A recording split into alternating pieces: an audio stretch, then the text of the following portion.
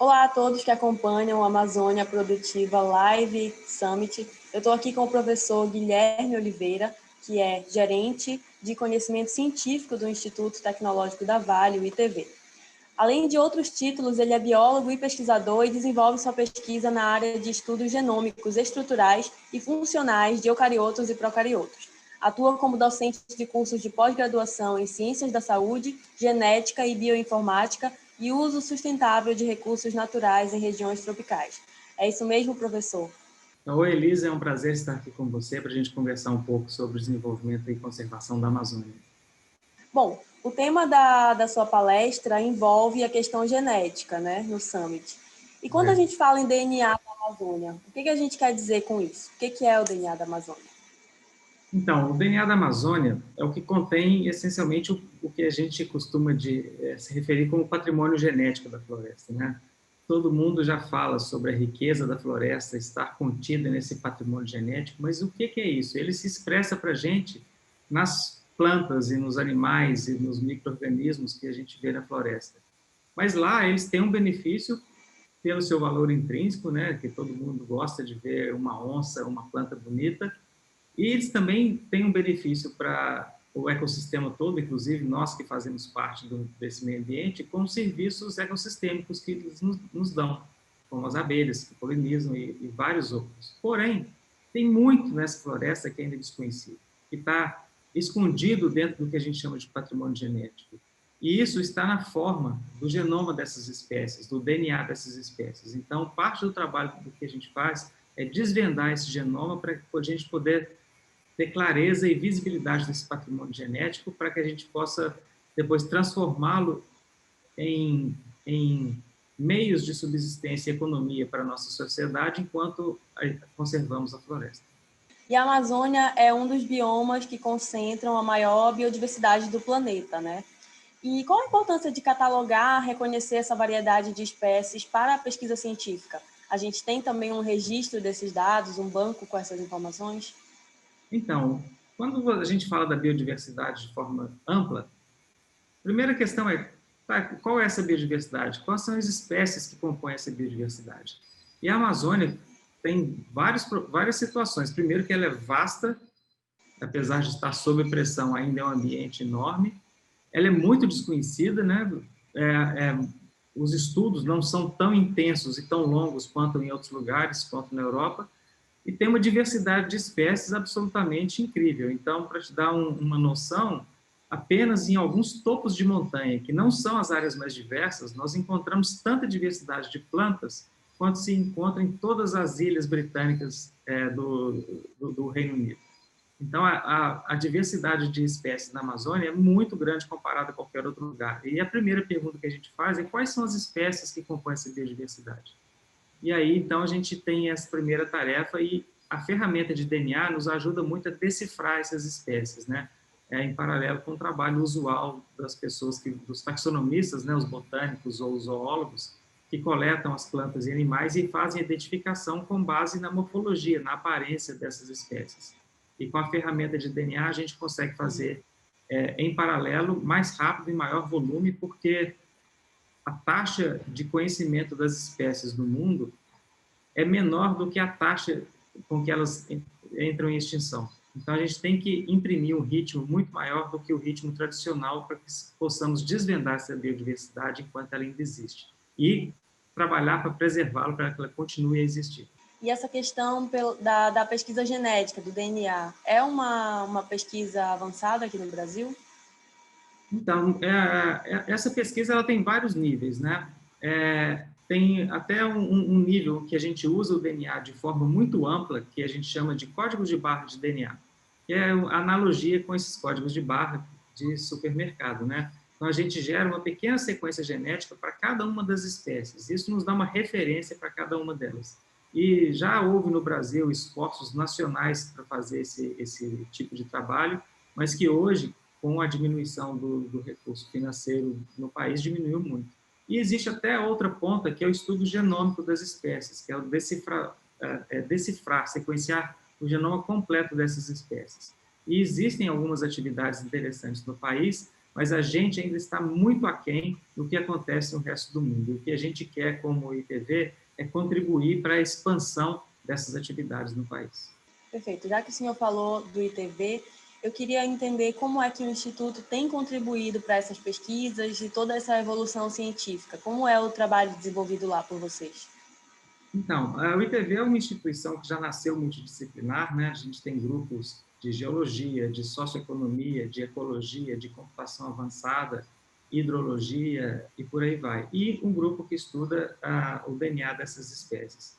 E o que nós fazemos é, começando por regiões da floresta amazônica que são muito especiais, que são os topos da montanha, que nós chamamos de campos ferruginosos, e agora entrando para dentro da floresta para decifrar essas espécies em colaboração com taxonomistas de todo o Brasil e também de fora do Brasil, para gerar essas referências genéticas para cada uma das espécies. E isso já nos dá uma possibilidade imensa de trabalho, porque agora eu consegui captar a informação que está na cabeça de um taxonomista, que é uma pessoa ultra especialista naquele grupo de espécies, e colocar isso na forma de uma sequência de DNA. E essa sequência de DNA, ela hoje habita o mundo digital e não mais o mundo analógico, de uma prateleira no museu. Então, as comparações e identificações das espécies tornam-se muito mais rápidas. Além disso, a possibilidade de identificar espécies por uma sequência de DNA nos permite agora entender os ambientes a partir de amostras ambientais. Por exemplo, se eu quero saber quais peixes estão em um certo curso de água, a partir da referência genética, eu posso coletar a água desse ambiente e amostrar o DNA de todos os peixes que estão naquela região. Isso facilita muito o trabalho, dá muito mais profundidade e agilidade ao monitoramento ambiental. E lá na outra ponta, o que a gente tem feito, de novo, em colaboração com muita gente no país e fora do país, é decifrar o genoma dessas espécies, para dois motivos. O primeiro é para viabilizar a conservação das espécies com base na sua genética, porque é muito importante é tão importante quanto você ter número de indivíduos no meio ambiente, você ter indivíduos que são representativos, que têm representatividade da genética daquela espécie. Tá? Então, esse é um aspecto. E o outro aspecto é trabalhar as espécies que são de interesse das pessoas que habitam esses ambientes, para que a gente possa utilizar da última tecnologia genética para o melhoramento das espécies. Então, plantas, por exemplo, como castanheira, açaí, cupuaçu, taterebá e várias outras, são plantas que ainda não têm um tratamento genético contemporâneo. E o que a gente quer com os nossos parceiros é colocar essas espécies no mundo contemporâneo para que elas gerem mais renda e mais produção para o agricultor. E eu queria também que o senhor falasse como essas informações genéticas e também outras produzidas a partir da pesquisa científica contribuem para a preservação da Amazônia e também o uso sustentável da floresta. Uhum. Então, primeiro que essa informação ela é compartilhada com o resto do mundo, né? Nós somos um instituto que é relativamente pequeno, muito bem montado, mas nós temos limitações de gente, de conhecimento. Então, nós colocamos esse conhecimento à disposição da comunidade científica para fazer usos diversos dessa informação. E o principal que é feito em termos de conservação é a descrição do que existe no meio ambiente para que os agentes que estão envolvidos nos processos ou de indústria ou de conservação possam tomar as medidas corretas de modo a viabilizar a economia do país enquanto se conservam as espécies. Esse é um aspecto. O outro é um aspecto mais puramente ligado à conservação. Por exemplo, a arpia, a ararajuba, as araras azuis, são espécies que estão sob ameaça e a gente está usando dessas ferramentas genéticas em colaboração com associações de zoológicos, associações de conservação, para que eles se empoderem dessa informação e façam uma conservação mais refinada dessas espécies. Então, no caso, a gente pode dizer que é um trabalho em parceria, né, com outras instituições também. Sempre é um trabalho em parceria. Todo mundo tem suas limitações de conhecimento, de tecnologias, então esses trabalhos têm que ser feitos em parcerias para que todo mundo se torne dono deles. Ele não pode ter uma pessoa só que é dono. Então, o que nós queremos é participar desse ecossistema e contribuir para viabilizar a conservação e o uso sustentável dos recursos da natureza. Mesmo sendo uma das regiões com uma grande biodiversidade no mundo, a Amazônia ainda é uma das que mais sofrem com o desmatamento. Como essa devastação da nossa floresta produz efeitos na nossa fauna e na flora também? Olha, a perda da floresta é indissociável do futuro da humanidade. E regionalmente também isso é muito mais pronunciado. Porque nós dependemos da natureza para muitas coisas, né? Eu vou te dar alguns exemplos aqui. A gente já tem controles e medições feitas sobre o efeito da perda da floresta, por exemplo, no ciclo de águas. Então, a floresta tem efeitos muito importantes de reter a água no ambiente, né? E o que a gente vê é que quando a floresta é perdida, essa água corre mais rápido, ela vai embora do ambiente mais rápido. A floresta tem um efeito que é um processo de evapotranspiração, que as plantas respiram e elas levam umidade para o ar, e esse ar é o que vai virar chuva e influenciar o ambiente local e o ambiente mais distante também. E todo mundo aqui sabe muito bem a importância que tem as chuvas na agricultura, na disponibilidade de água para a casa das pessoas. Outro aspecto muito importante, e que às vezes é pouco lembrado, é que a própria agricultura é dependente da floresta, porque as plantas são polinizadas por abelhas e muitas vezes essas abelhas são as abelhas nativas. Então, espécies como o açaí, como castanha do Pará, como o cacau, dependem absolutamente de polinização de abelhas. E você tira a floresta, essas abelhas somem. Né? E, de modo mais amplo, a eliminação da floresta contribui para mudanças climáticas. E a situação hoje, como está colocada, se não houver uma interferência drástica para interromper o aumento de temperatura, o clima vai mudar tanto que essas espécies não vão ter um habitat adequado para elas. E tem que ou migrar ou vão perecer. Essa questão do clima, das mudanças climáticas afetadas, com a Amazônia sendo afetada pela intervenção humana, né, do desmatamento, isso tem piorado nos últimos anos? Vocês, pesquisadores, têm notado um aumento dessa questão? Sim, nós temos vários projetos de pesquisa que fazem o mapeamento das áreas que foram eliminadas, áreas que estão em recuperação e áreas também com potencial de degradação futura. Né? Dados os modelos do passado, a gente consegue olhar para o futuro e ter uma ideia de quais serão as áreas com maior risco de desmatamento. E o que a gente vê é que esse desmatamento não está parado, ele continua de uma forma ainda que precisa de muito mais controle. E o risco que nós temos é de não ter mais a natureza que dá suporte à vida humana. Sem a natureza, não tem gente nesse planeta. Como a gente tem avançado nos últimos anos nessa questão da preservação da Amazônia? Quais avanços o senhor pode citar ultimamente? Então, uma coisa interessante, e olhando do ponto de vista de grande parte da indústria, é que há um reconhecimento de que esses limites da natureza estão sendo aproximados, né? A humanidade tem que viver e as pessoas têm o direito de ter o recurso da natureza para a sua sobrevivência. Porém, o uso desses recursos tem que estar dentro de certos parâmetros que viabilizem a própria natureza. Senão, nós estamos inviabilizando a nossa própria vida. E, então, as pessoas estão se dando conta de que vários desses limites foram ultrapassados ou estão próximos de ultrapassados.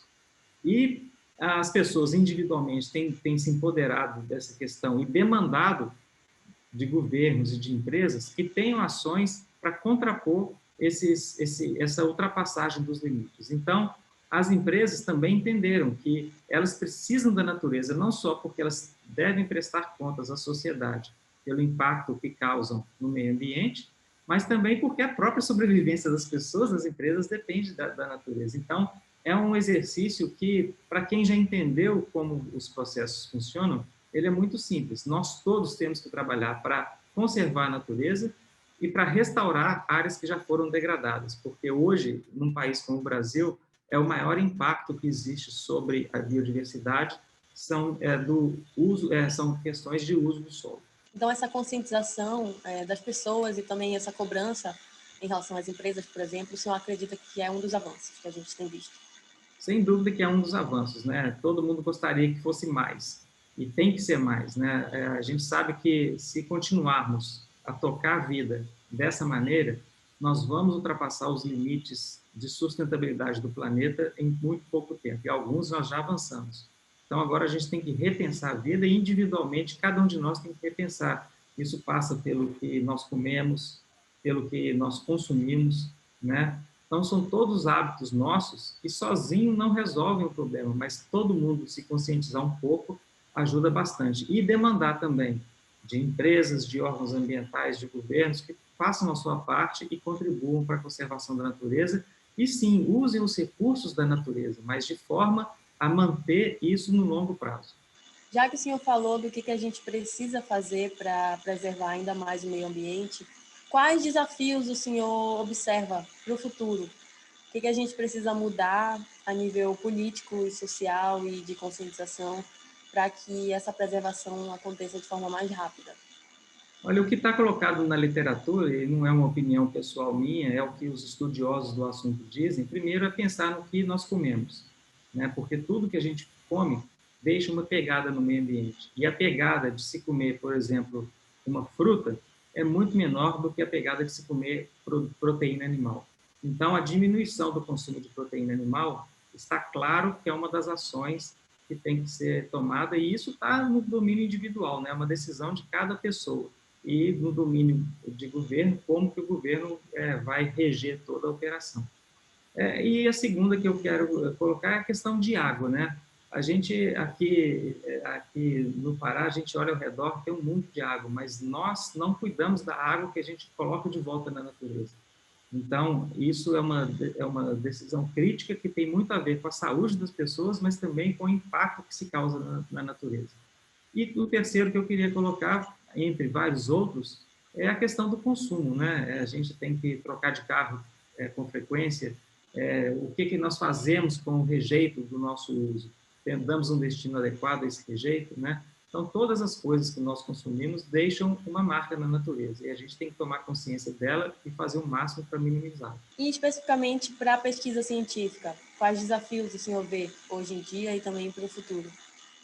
Um dos desafios é que em regiões como a Amazônia, como elas são muito desconhecidas, a conservação dessa floresta requer um investimento muito grande de recursos financeiros, de esforço de pesquisa, para que a gente conheça, para que viabilize a conservação dos ambientes de maneira mais adequada. Tá? Então, isso é uma questão urgente, que a pesquisa científica tem que lidar com ela.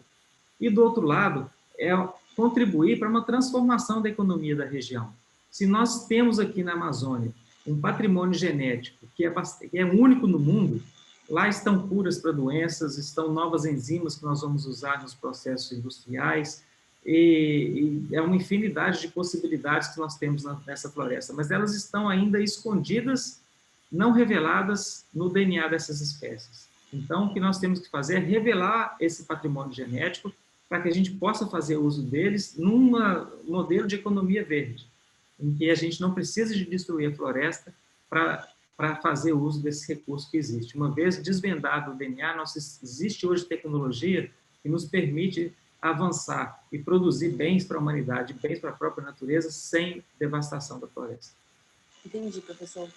Bom, por mim é isso. O senhor quer acrescentar alguma coisa, deixar alguma mensagem?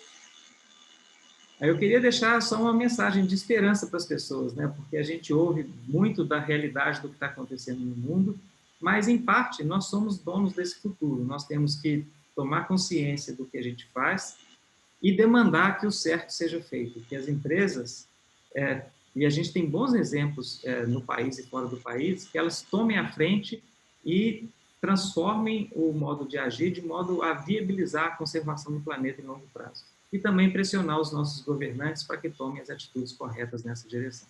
Perfeito, professor. Muito obrigada pela sua participação. A gente adorou aqui essa conversa e estamos à disposição. Muito Tá? Muito obrigada pelo seu obrigado. tempo. Qualquer coisa, faça um contato novamente. Eu que agradeço. Obrigada. Até mais.